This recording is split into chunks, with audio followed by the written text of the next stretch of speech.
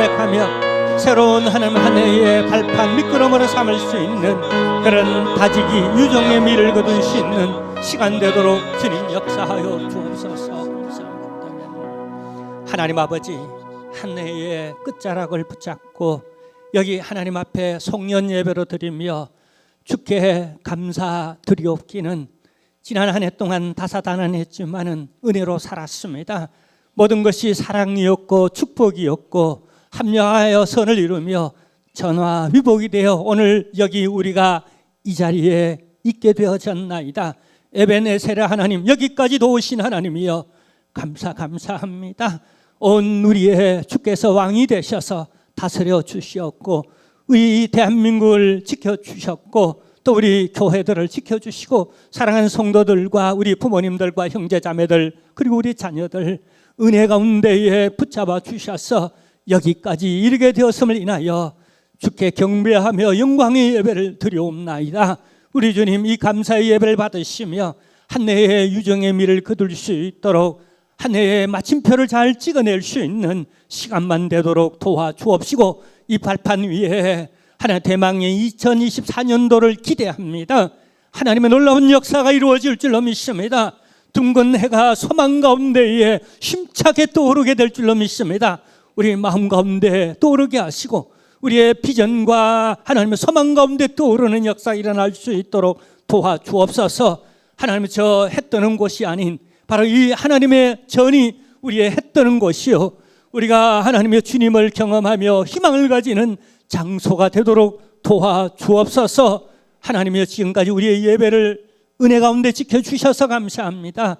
이 시간도 예배 중에 주께서 주권자가 되셔서 말씀해 주옵시고 종들이 듣겠나이다. 주의 백성들이 듣고 아멘하며 적용하겠나이다.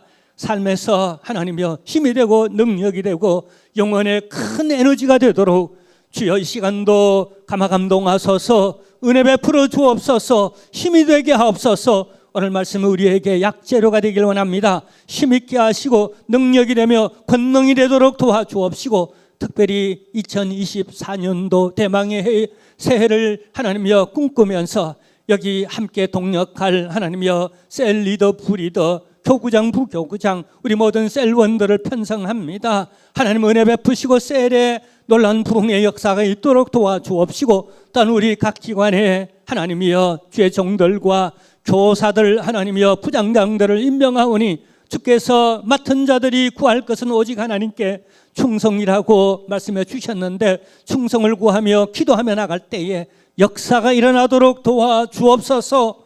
하나님, 오늘 또 예물 드립니다. 지난 1년 동안 굶지 아니하고 헐벗지 아니하고 여기까지 먹고 살도록 책임져 주시고 일용할 양식 주셔서 감사합니다. 이 모든 은혜를 담아서 주님 사랑합니다, 감사합니다라는 고백적 예물을 드려오니 주께서 받아 주옵시고 사랑하는 성도님들의 모든 필요에 주께서 충만하게 채워 주옵소서. 감사드리며 예수님의 이름으로 기도하옵나이다. 아멘. 아멘. 아멘.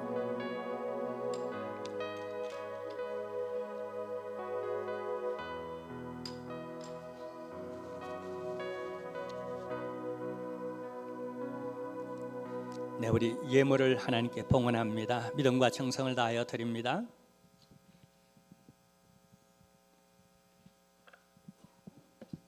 네, 할렐루야. 우리 11조 우리 찬양 세례 정미순 집사님 우리 드렸습니다. 나머지 이하 예물들을 우리 하나님께 드립니다.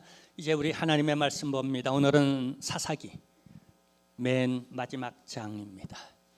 맨 마지막 장인데요, 20장, 21장에 걸쳐서 다 봐야 하지만은 그러나 여기 오늘 시간 관계상 16절, 21장 16절에서 25절까지 말씀을 교독하겠습니다. 회중의 장로들이 이르되 베냐민의 여인이 다 멸절되었으니 이제 그 남은 자들에게 어떻게 하여야 아내를 얻게 할까 하고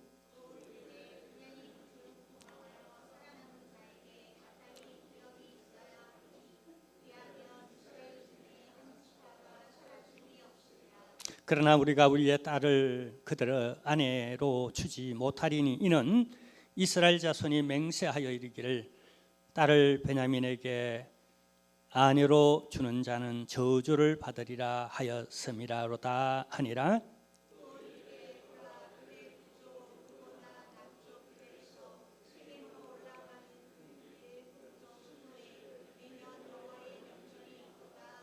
베냐민 자손에게 명령하여 이르되 가서 포도원에 숨어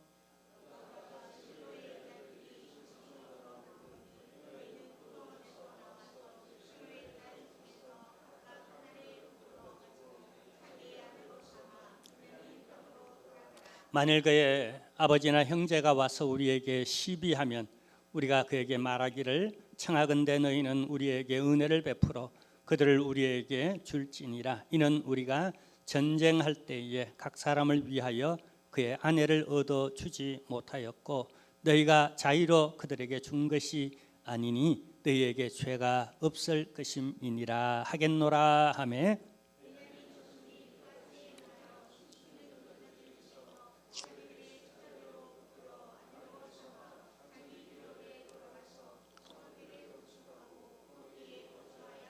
그때 이스라엘 자손이 그곳에서 각기 자기의 집과 자기의 가족에게로 돌아갔으니 곧 각기 그곳에서 나와서 자기의 기업으로 돌아갔더라.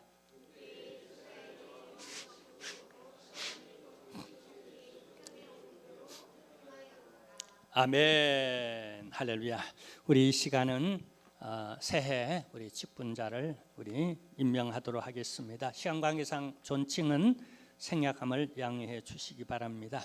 2024년도 주일학교 교사 임명 우리 유치부 지도 여운한 부장 김효정, 부감 김경옥, 교사 주혜경, 정소정, 권경숙, 유초동부 지도 여운한 부장 임동수, 부감 이한샘, 총무 신원주, 교사 문수정, 문은정, 임혜인, 김진영, 최수정, 양영주, 최만철, 보조 안영자, 김순영, 김덕순, 중고동부 지도 신성식.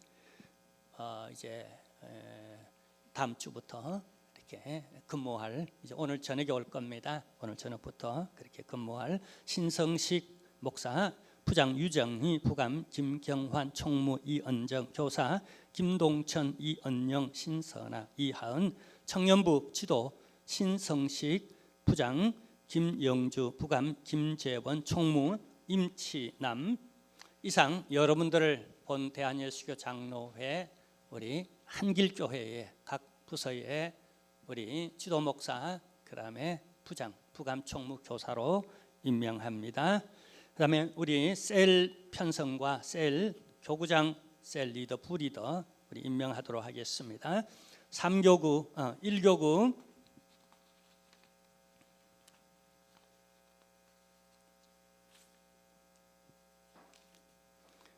예, 1교구 교구장 이금옥, 부교구장 주순호, 셀 리더 이금옥, 주순호, 강태림, 신은주, 부리더 정명희, 최기주, 문수정, 이은영. 2교구 교구장 김효정, 부교구장 송현정, 리더 김효정, 송현정, 신선아, 권경숙, 김경환, 부리더 김순영, 손혜순, 김진영, 박술래, 이한샘. 3교구입니다. 교구장 유정, 부교구장 정경희, 셀 리더 정경희, 이윤서, 김덕순, 유정희, 이학철, 부리더 신종미, 안영자, 이영매, 이언영, 임동수. 4교구입니다. 교구장 황은희, 부교구장 윤옥자, 셀 리더 곽옥선, 황은희, 김경옥, 윤옥자, 이진희, 부리더 최필교, 이수영, 김선희, 주혜경, 김재원.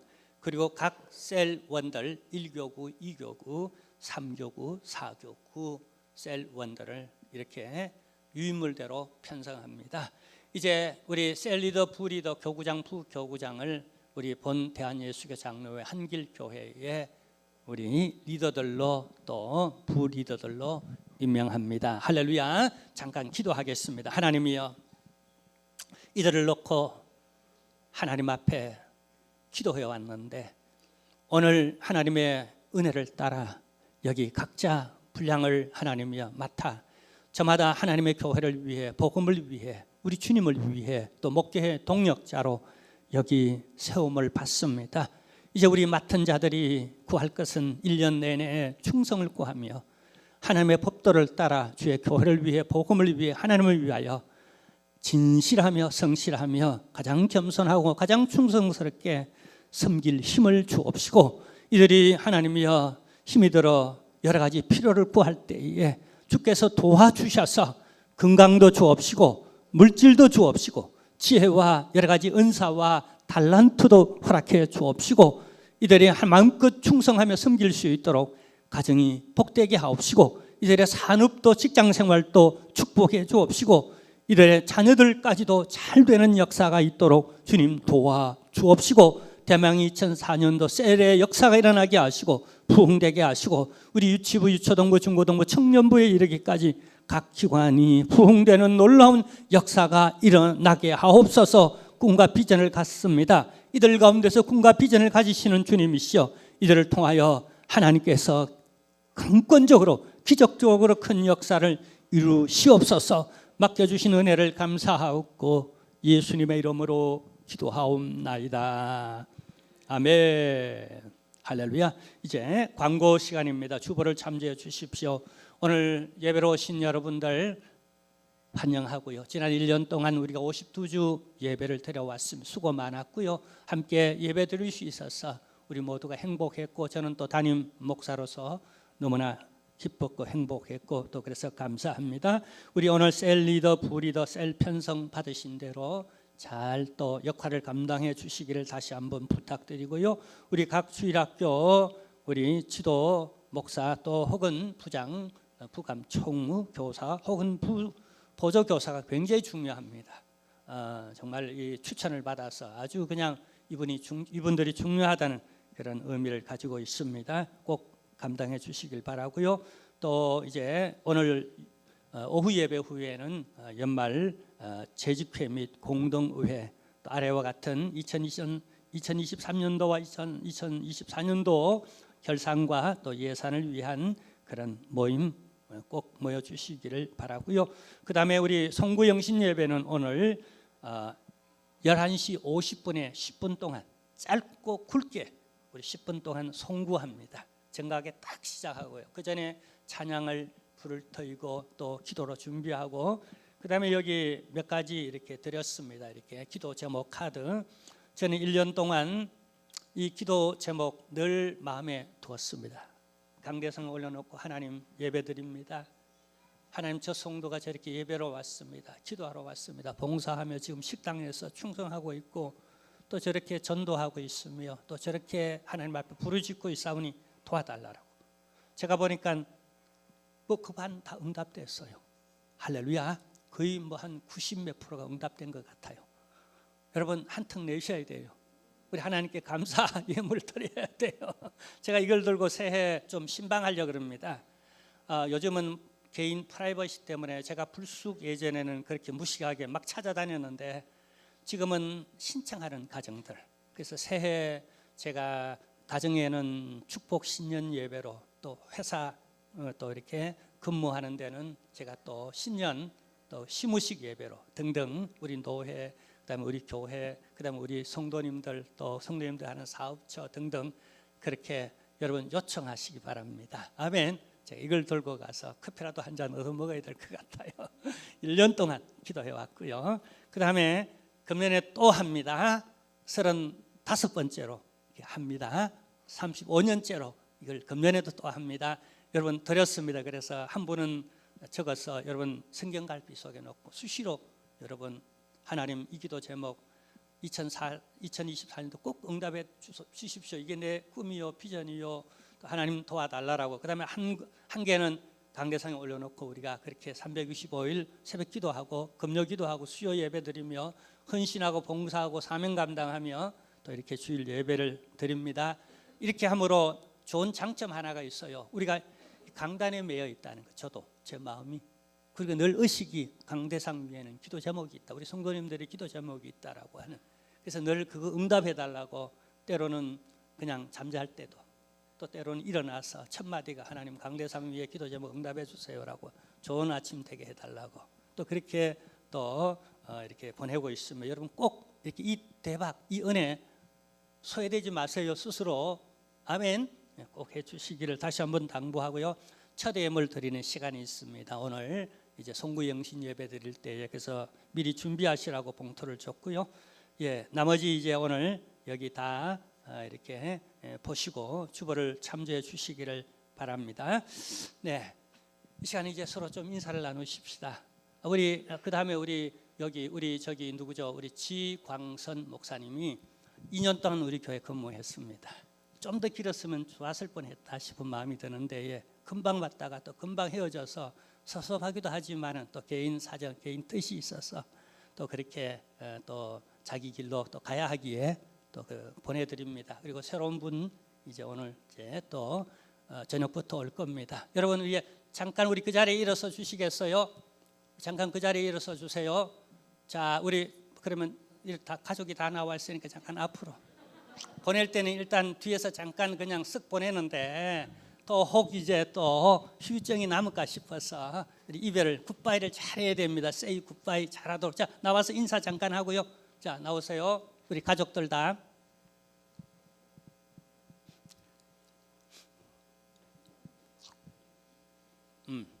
자, 우리 2년 동안 우리 교육 목사로서 우리 파트 맡아서 수고했습니다. 우리 격려의 박수로 수고했습니다. 네, 수고했습니다. 예, 여러분 생각날 때마다 기도해 주시기를 바랍니다. 예, 들어가세요 이제.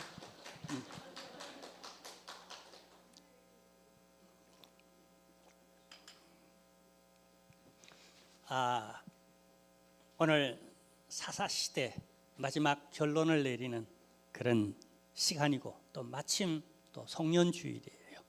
우리가 함께 같이 결론을 내리면서 또 한 해의 마무리를 어떻게 우리가 짓고 또 새해 우리가 어떻게 시작해야 할지 그런 메시지, 교훈이 되기만을 바랍니다. 아멘. 믿음으로 가나안 땅을 여호수아를 앞세워서 하나님은 정복하게 하셨고 그러므로 말미암아 가나안 땅을 내가 내 백성에게 주리라라고 했던 그 약속을 비록 400여 년 동안이라는 애굽에서의 비전도 없고 꿈도 없고 능력도 없고 공로도 없고 자격도 없었지만 단 하나 있었던 것이 있습니다.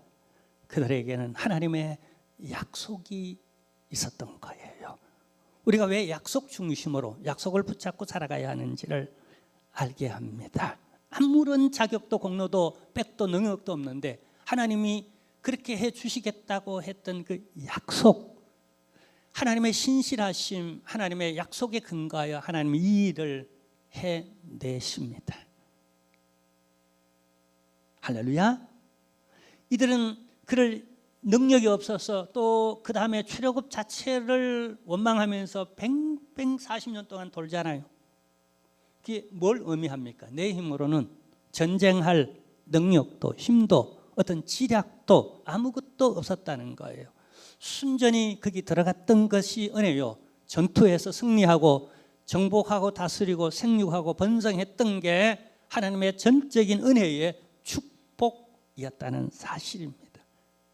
근데 우리가 정복하는 것도 중요하지만은 근데 그 정복한 것을 어떻게 유지 보수 계속해서 그 상태로 이어가는가 하는 건 더 중요한 사실이라는 것을 우리는 사사기를 통하여서 배우게 됩니다. 자, 근데 이들은 여호수아 세대가 지나가자 다음 세대, 우리 다음 세대 교육이 대단히 중요하고 우린 귀가 달도록 이스라엘아 들어라라고 하신 그 모세가 너희가 가나안 땅에 들어가면은 그 신명기 말씀에 누누이 그냥 신명기에 보면 너희 다음 세대 자녀들에게 귀가 달도록 계속해서 너희는 하나님의 말씀을 전해줘라.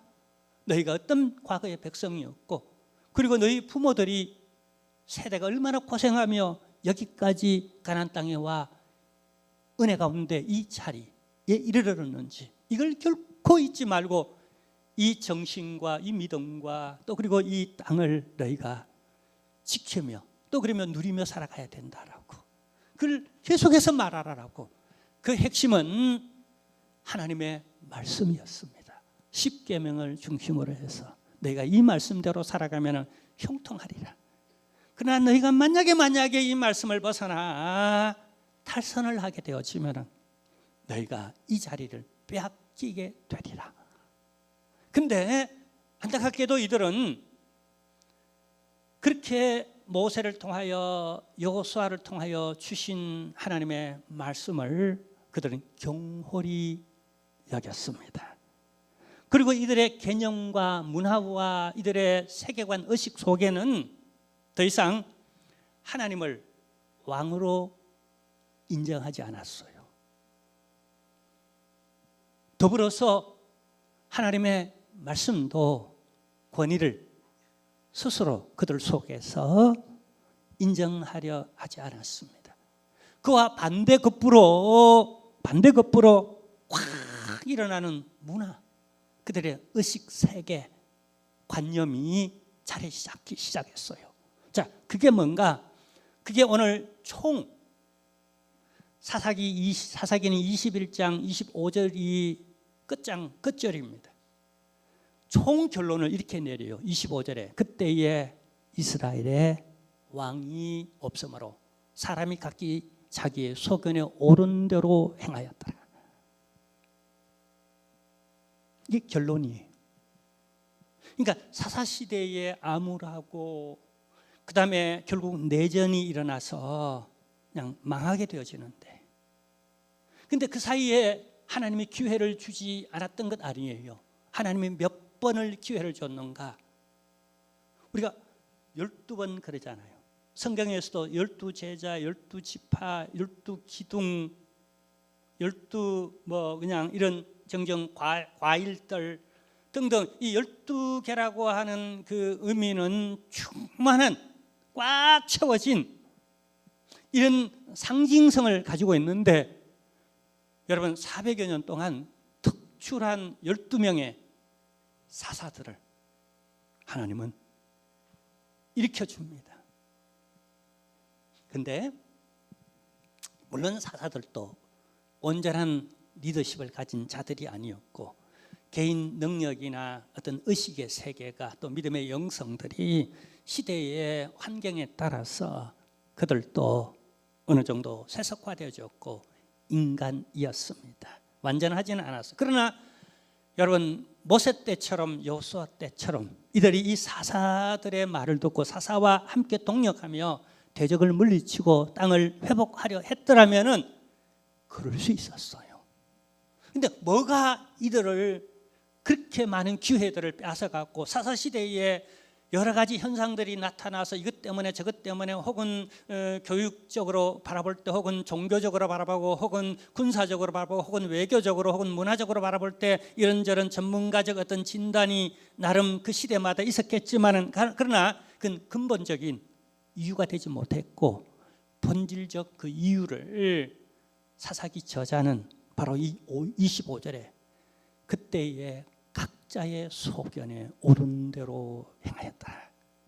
왕을 인정하지 않고 왕의 법도 인정하던 시대, 인정하지 않던 시대의 사람의 특징, 그 제일 첫 번째 특징, 사사시대에 여러분 세 가지 두드러진 가장 특별한 특징이 나타나는데, 그 첫 번째가 바로 이 25절인 자기 소견에 옳은 대로 행하였더라. 이게 사사기의 마지막 어떻게 해요? 그 마침표를 찍는 주제 구절이에요. 여러분 오늘날도 현대 사회가 가장 여러분 두드러진 그런 사회 현상이 뭐냐면 자기 주도적 사회. 공부할 때도 자기 주도적으로, 맞아요. 어느 정도 효과를 얻어요. 그리고 결혼할 때도 너희들이 주인공이 되어야지. 우리 청년들 잘 들어요. 나 앞으로 그러면 주례 안 설 거예요. 와서 그냥 주례사 하지 말고 그냥 기도만 잠깐 해주세요. 근데 문제가 뭐죠? 우리 환경과 사회적 어떤 여러 가지 상황들은 이해를 합니다. 그렇지만은 하나님이 주도하지 못하는, 하나님의 주권을 가지고 왕으로 인정하지 못하는 세태는 우리가 너무나 아쉽다는 것. 이게 사사시대의 가장 두드러진 특징이었다는 거예요. 물론 우리 마음 가운데는 여러분 우리가 하나님이 주신 자유의지가 있기 때문에 내 주도적으로 뭘 할 수 있습니다. 그러나 여러분 좋은 의미에서 십자가를 지을 때 내가 맡은 일을 목숨 걸고 충성하며 하나님 미랄이 될 때는 내 주도적으로 환경 때문에 내 사정 때문에 회사 때문에 우리 남편이 어떻고 자녀가 어떻고 부모가 어떻고 하는 핑계를 대면서 내 주도적으로 신앙생활을 못하고 십자가를 못 지는 주도적이어야 할 때는 하나님 뜻을 행할 때 누가 뭐라 그래도 목숨 걸고 순교자적으로 가서 선교하고 가서 전도하고 가서 내가 하나님 미랄이 되어지고 이런 때 자기 주도적 환경 핑계되지 않는 이런 것들이 필요해요. 그러나 우리는 대부분 어떻게 해요? 변명거리로. 그때 이스라엘에 진정한 왕이 없었던 것 아니었어요. 인간 왕을 자기 주도적으로 내세워 놓으면은 사울과 같이 혹 아합 왕과 같이 백성들을 도리어 괴롭히는 그 위에서 군림하는 이런 낭패를 하나님께서 제거하고 친히 왕이 되셔서 통치하심으로 하나님의 나라 신정정치로서 하나님의 나라를 세워가기 위하여서 하나님 그렇게 의도했던 거예요.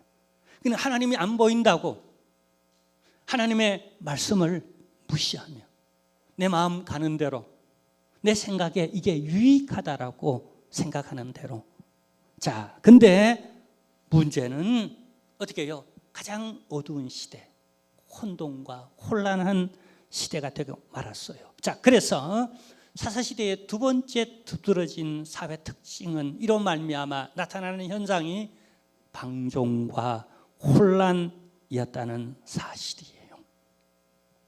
누가 통제할 수가 없어요. 누가 뭐 어떻게 할 수가 없어요. 여러분, 저는 이 말씀을 묵상하면서 우리나라 광화문 거리가 많이 생각났어요. 저는 그 길을 이렇게 쭉 다니면서 신학교 가서 또 학생들을 가르치기도 하고 그때마다 한참 뭐 무슨 촛불 집회 한참 또 태극기 부대하면서 막 그냥 아주 그냥 요즘은 또 아니 의사들도 의사 아니 우리나라에서 제일 봉급을 많이 받는 사람들인데 또 제일 또 배부르게 또 이렇게 지낼 수 있는 사람인데 머리가 부족해가지고 자기 집단 이익을 위해서 거기 막 들고 나와가지고 막 이렇게 하는 그건 아니다 싶은 생각이 들더라고요. 근데 거기 지금 이순신 장군 동상이 이렇게 크게 이렇게 서서 이렇게 광화문 거리를 내려다보고 있잖아요. 제 마음에 아니 저분이 살아계시다면 지금 이 광경들을 지난 몇 년 동안 이 거리에서 이루어졌던 하여튼 끊임없이 시끄러웠어요. 정말 다사다난했습니다. 보면서 어떤 마음이 드셨을까? 여러분 하나님의 마음은 어떠실 것 같습니까? 전부 다 거기 나와서 그냥 말하는 그 논리적으로 보면은 다 맞아요. 근데 오늘 이 말씀이 꼭 생각나요. 각기 자기 소견에 옳은 대로 행하는데 근데 사회는 혼란에 빠졌어요. 저마다 자기 그 유익을 위해 이게 옳다라고 그렇게 논리를 내세워서 막 큰 소리 칠수록 더 복잡해져 가요. 거기에는 더 이상 하나님이 왕이 아니었고 하나님의 말씀도 더 이상 그들에게는 법이 아니었다는 것. 사사시대의 특징이죠. 말세시대의 특징입니다.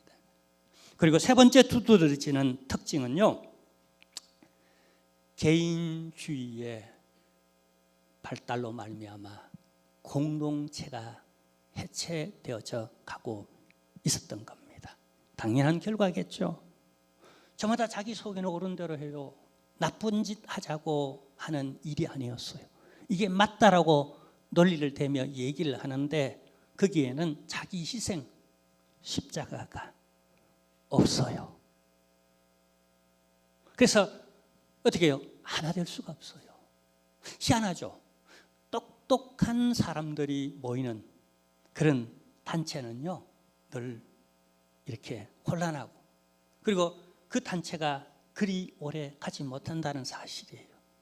근데 좀 어리숙하고 또 바보같이 그냥 그렇게 모이는 단체, 그런 공동체는요, 상당히 따뜻하거니와 훈훈하고 사람들이 모이고 잘 해체되질 않아요. 하나님이 이스라엘이 어떤 공동체가 되기를 원하셨겠어요? 하나님을 왕으로 모시고 그분의 법대로 서로 용서하며 용납하고 포용하며 이웃에 대해서, 그게 하나님의 법 10계명이나 여러 하나님의 율법에 잘 나타나 있어요. 우리가 율법으로 구원받는 건 아니지만은 그러나 하나님의 법이에요. 특히 구약 성도들은 존중할 필요가 있었고, 특히 10계명은 여전히 오늘날 또 유효한, 우리가 철저히 지켜야 할 1.1획도 땅에 뜨뜨리지 말고 순종하는 게 복인 줄로 믿으시기를 주님의 이름으로 축원합니다. 근데 이런 사회가 빚어내는 마지막 결국이 뭔가? 내전이었습니다. 물론 과정 속에 베냐민 지파가 몹쓸 짓을 했어요. 아주 몹쓸 짓을 했어요. 그래서 나머지 11지파 이스라엘 민족이, 유대 민족이 정의를 실현해야 돼. 우리 나라, 우리 민족 가운데는 절대로 이런 일이 있으면 안 돼라고 어분을 냅니다. 어분이라 그러죠. 그죠? 맞아요. 근데 이 어분조차도 하나님이 주시는 마음이 아니었습니다. 자기의, 자기 속에서 자기 소견에 오른 대로 마음을 먹었고, 그리고 그런 세계관 속에 그냥 일을 행합니다. 그 결과 내분이 일어났어요.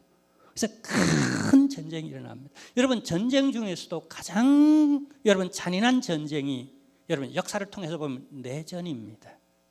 차라리 중국과 싸우고 일본과 싸우고 저 러시아와 싸우고 미국과 싸운들, 그들의 목적은 대부분 경제 전쟁이에요. 식민지를 만들어서 노동력을, 생산품들을, 그리고 자기들이 만든 생산품들을 막 갖다 팔아먹고 재료는 가지고 가고 노동력도 자기들이 취할 수 있는, 차라리 그러면은 사람은 안 죽입니다. 그런데 내전은 대부분 원한적, 안갚음, 복수 이런 것이 잔뜩 그게 끼어 있어요. 그래서 이들이 11지파가 모여서 한 지파, 베냐민 지파를 치는데 내전이 일어났어요. 베냐민 지파가 당시에 굉장히 힘이 셌고, 또 굉장히 또 자기 소견에 그냥 옳은 대로 그냥 같이 이제 좀 이렇게 충고를 하고, 너희가 이러면 안 된다고 할 때 좀 받아들였으면 좋겠는데 끝까지 자기 주장이 강하고 한번 해보자라고 자존심 대결도 하고, 그래서 서로 원한이 지고, 그냥 여러분 우리가 좀 일본 사람들 미워하고 또 아픈 상처도 갖고 있고, 중국도 마찬가지고 러시아나 미국에 대해서 그런 생각을 갖고 있지만은요, 그러나 그 어떤 전쟁보다도 6.25 전쟁이 굉장히 치열했던, 이 내전이 굉장히 치열했던, 지금도 그 어떤 나라보다도 우리 주적이 중국이나 일본 사람, 러시아 사람이 아니에요. 우리 동포예요. 이 내전은 그만큼 치열하다는 거예요.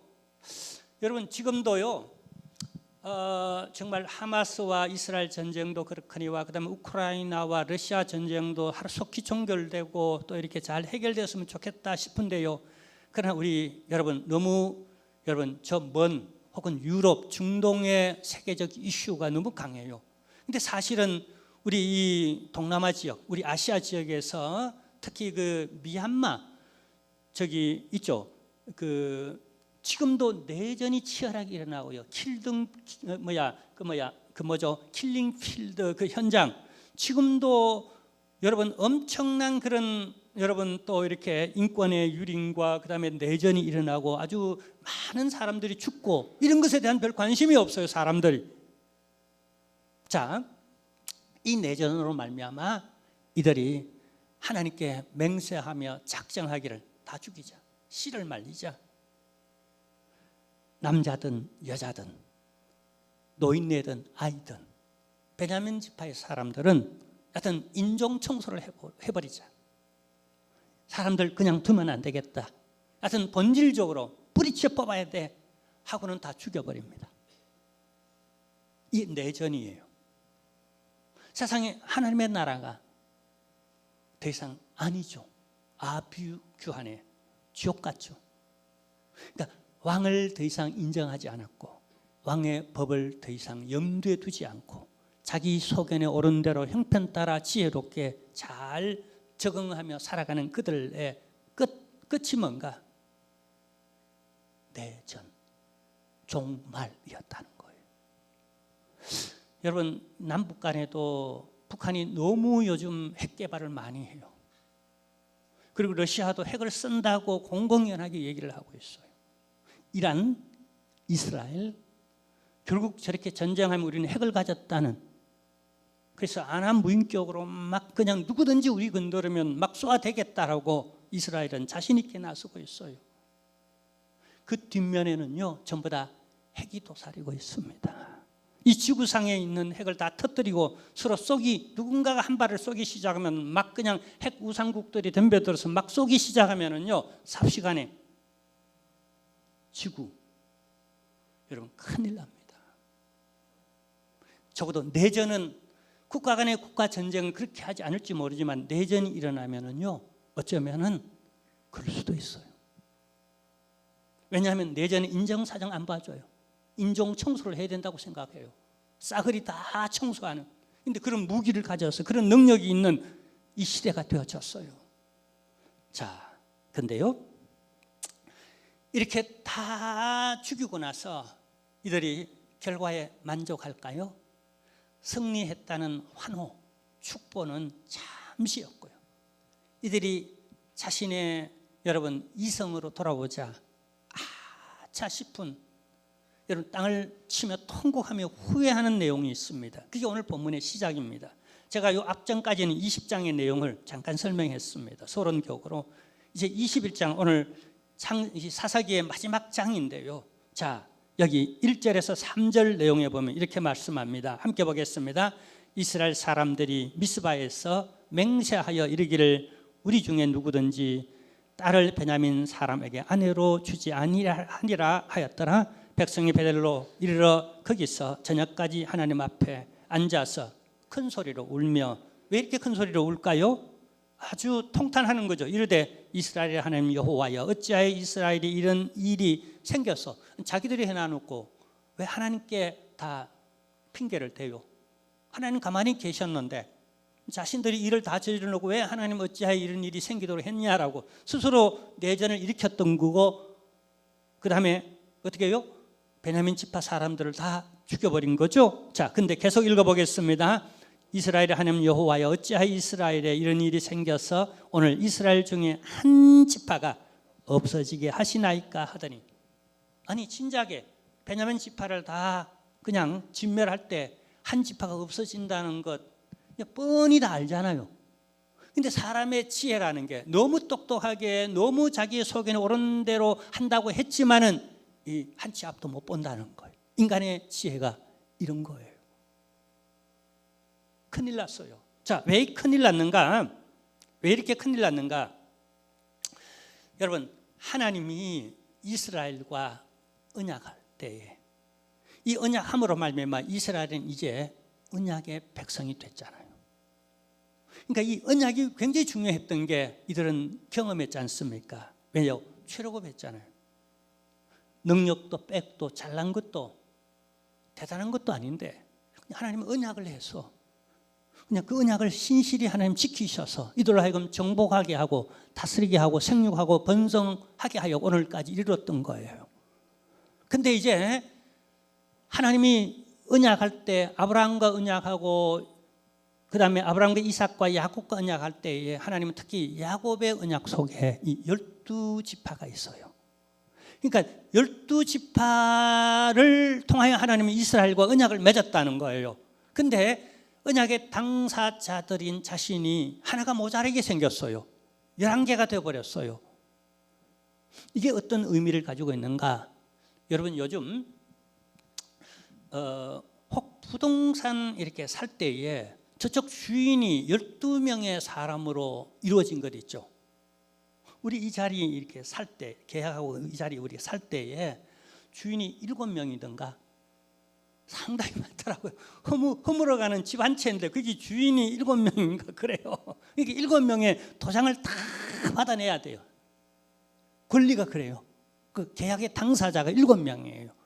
그러니까 하나님이 이스라엘과 언약할 때 이스라엘의 12지파와 언약을 한 거예요. 그게 하나님의 약속이에요. 그게 충만한 언약의 조건이 12이라는 건 그래서 그 이후로 언약의 충만한 조건으로 상징되어지는 12제자 뭐 등등이지. 12지파, 12나라, 12 그다음에 그 생명 과일 나무 뭐 등등. 자, 근데요. 어쨌거나 하나 모자라게 생겼어요. 큰일 났잖아요. 이 히브리 개념이에요. 이제 우리에게 하나님의 약속에 대한 언약이 우리 스스로 깨버린 거예요. 하나가 모자라잖아요. 영혼이 없어졌잖아요. 자, 이게 여러분 누가복음 15장 8절에 보면은요. 신약 시대에도 여전히 히브리 개념 속에 이런 개념이 있는데요. 누가복음 15장 8절에 보면요. 어떤 여자가 10드라크마가 있는데 하나를 잃으면 등불을 켜고 집을 썰며 찾아내기까지 부지런히 찾지 아니하겠는가. 이 문장 내용은 서리법으로 되어 있는데 우리에게 요청하기를 당연히 그렇습니다. 아멘을 지금 요청하고 있어요. 제가 저 그림 한 장을 그렸습니다. 물론 제가 그린 게 아니라 AI한테 미드전이라고 제가 이 15장 8절을 넣고 이 여인의 그림을 네가 한번 그려봐 달라고 부탁을 했더니 AI에서 그림을 그려줬어요. 저렇게. 저 여인이 왜 저렇게 잃어버린 한 드라크마를 찾으려고 저렇게 노력할까요? 예, 히브리 개념 문화 풍속 가운데에 아주 오래전부터 수천 년 이때부터 시작해서 아주 오래 신약 시대에 이르고 지금까지도 남녀가 가정을 꾸리고 예물로 결혼 언약을 맺을 때에 10개의 동전인 한 세트, 저 드라크마로 예물 표현하고 그래서 이 10개는 한 짝이에요. 이 10개 중에 하나라도 없어지면은 결혼 언약에 흠집이 생기고 온전치 못하는 흠집이 생기고 그런 거예요. 그래서 이 여인은 결혼의 언약과 그다음에 이 가정을 지켜내기 위해서 혹 당시 남자들이 어떤 조그만한 핑계라도 그걸 핑계 삼아서 자기의 소견에 오른 대로 내쫓아 버리고 야, 더 똑똑하네, 저 여자가 돈이 많으네, 더 이쁘네 하고 다른 여자에게 눈 돌릴 수 있는 고무신을 거꾸로 신을 수 있는 이런 여러분 문화 히브리 개념 가운데에 저 여인은 가정을 지키고 결혼 생활의 신성성, 언약성을 여러분 온전하게 지켜내기 위하여서 그 잃어버린 하나를 온 집안을 다 뒤져서라도 아니 전국 방방곡곡 여러분 찾아서라도 하나를 찾아내지 않겠는가. 당연히 그렇게 한다라고 그렇게 말씀하는 거예요. 그러니까 12지파 가운데에 한 지파가 스스로 소멸시켜버렸어요. 이제 큰일 난 거예요. 하나님의 언약에 흠결이 생긴 거예요. 공로도 없고 자격도 없고 부족하지만 그래도 하나님께서 모세도 보내셨고 그 다음에 또 요수아도 보내셨고 그 다음에 우리가 힘들 때에 12 여러 이제 또 그런 사사들을 보내셔서 우리가 그래도 희망을 가지고 여기까지 우리가 부족했지만 죄는 범했지만 왔다는 거예요. 근데 그 하나를 잊어버렸으니까 이제는 이 언약에 흠이 생긴 거예요. 큰일 난 거예요. 그래서 이들이 생각을 합니다. 그렇지, 우리가 저들을 소멸시킬 때에 600명의 남자들이 도망갔지 않는가. 이 남자들이 끝까지 그냥 자존심을 지키며 싸워야 될 텐데 그냥 자식들이 다 죽고 형제 자매들이 부모들이 다 여인네들이 다 죽는데 자기들만 그냥 홀라당 도망가 버렸어요. 비겁한 사람들이죠. 그러지만 어떡합니까? 이제 이들이 자신의 소견대로 옳은 대로 이스라엘이 국리를 합니다. 그래, 우리가 이들에게 다시 이스라엘 그 한 지파 베냐민 지파를 살리는 일에 이들을 통해 하자. 근데 문제는 뭐죠? 맹세를 했잖아요. 두 가지 맹세를 하죠. 하나는 뭐죠? 여기 보면은요, 두 가지 맹세를 하는데 하나는 여기 7절에 보면은요, 자 7절에 그 남은 자들에게 우리가 어떻게 하면 아내를 얻게 하리요? 우리가 전에 여호와 앞에 여호와로 맹세하여 우리의 말을 우리의 딸을 그들의 아내로 주지 아니하리라 하였도다. 맹세했다는 거예요. 그건 줄 수 없는 거예요. 여러분, 히브리 사람들의 그 개념 속에는요, 하나님 앞에 맹세하면 철저히 그거 손해보더라도 무조건 지켜야 되는 거예요. 하나님 앞에 맹세해 놓고 모른 체하고 모르는 체하고 지내는 건요, 그건 남자도 아니고 사람도 아니고 그건 짐승이라고 생각하는 히브리 개념 속에서는 이 맹세가 엄청 크게 느껴지는 거죠. 우리 예수 믿는 사람들의 약속들, 말들은요, 책임이 있어야 돼요. 자, 그리고 18절에도 보면은요, 자, 맹세하면서 이렇게까지 그들은 버텨 맹세를 합니다. 자, 그러나 우리가 우리의 딸을 그들의 아내로 주지 못하리니 이는 이스라엘 자손이 맹세하여 이르기를 딸을 베냐민에게 아내로 주는 자는 어떻게 해요? 저주를 받으리라 하였음이로다 하니라.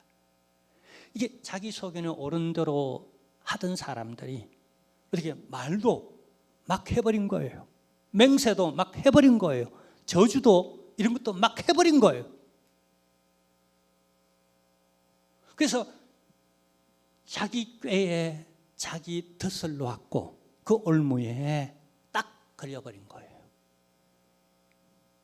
자, 그리고 이들이 또 하나 맹세한 거 있어요. 이것 외에 또 하나 이들이 땅을 치며 통곡하는 이유가 있습니다. 자, 5절에 보면은요, 이런 맹세도 하였습니다.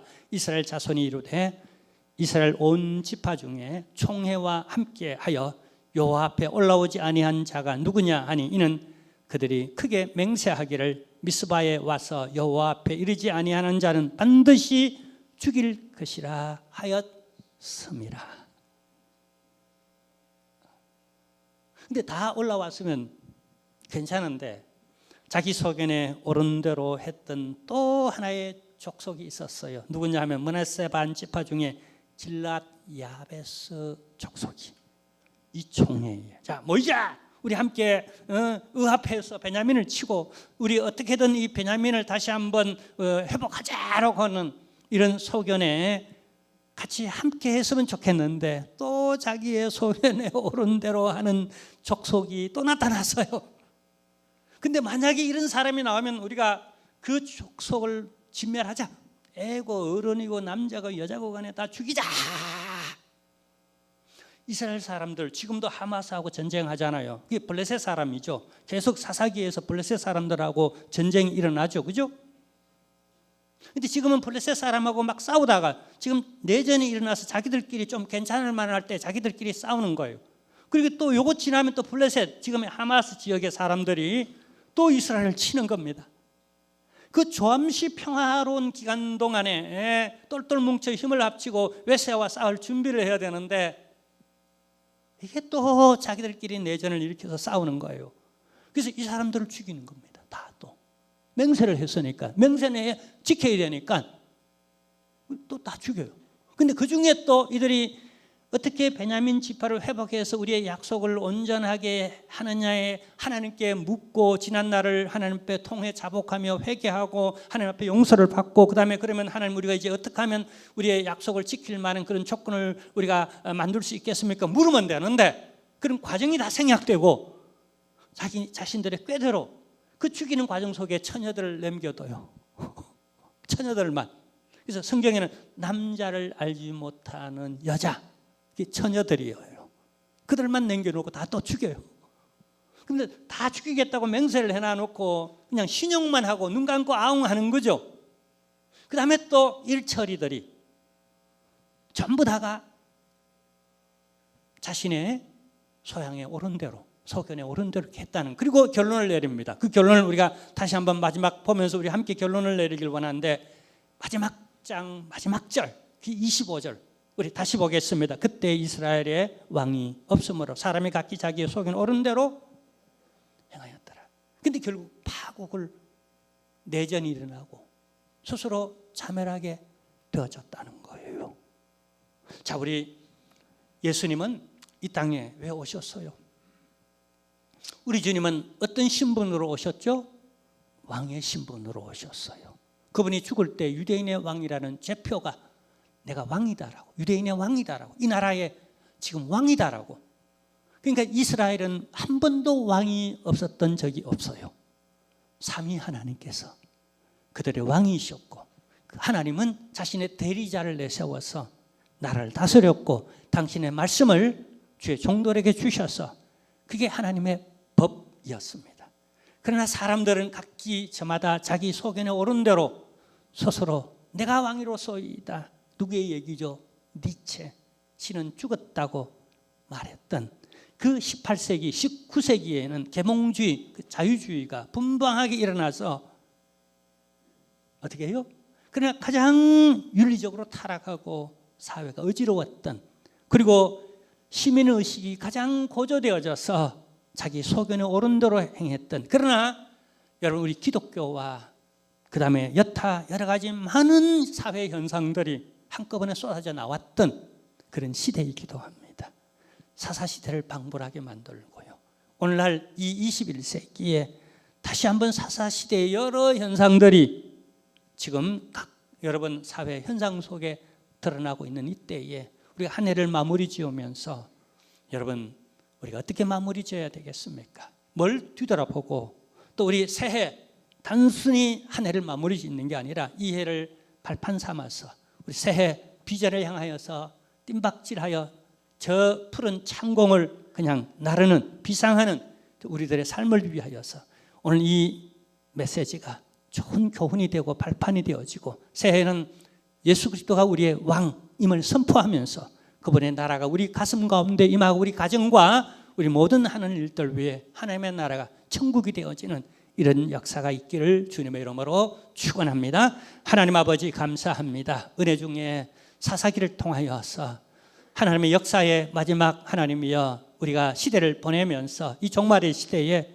참으로 우리 자신을 돌아보고 또 우리가 앞으로 어떻게 해야 할지, 하나님을 인정하지 않고 왕으로 모시지 않는, 믿는다 하면서도 자기 속에 오른 대로 행하는 시대에 어떤 결과를 가져오는지 우리가 깊이 명심하고 이런 역사를 하나님의 단절하게 하시고 새로운 하나님의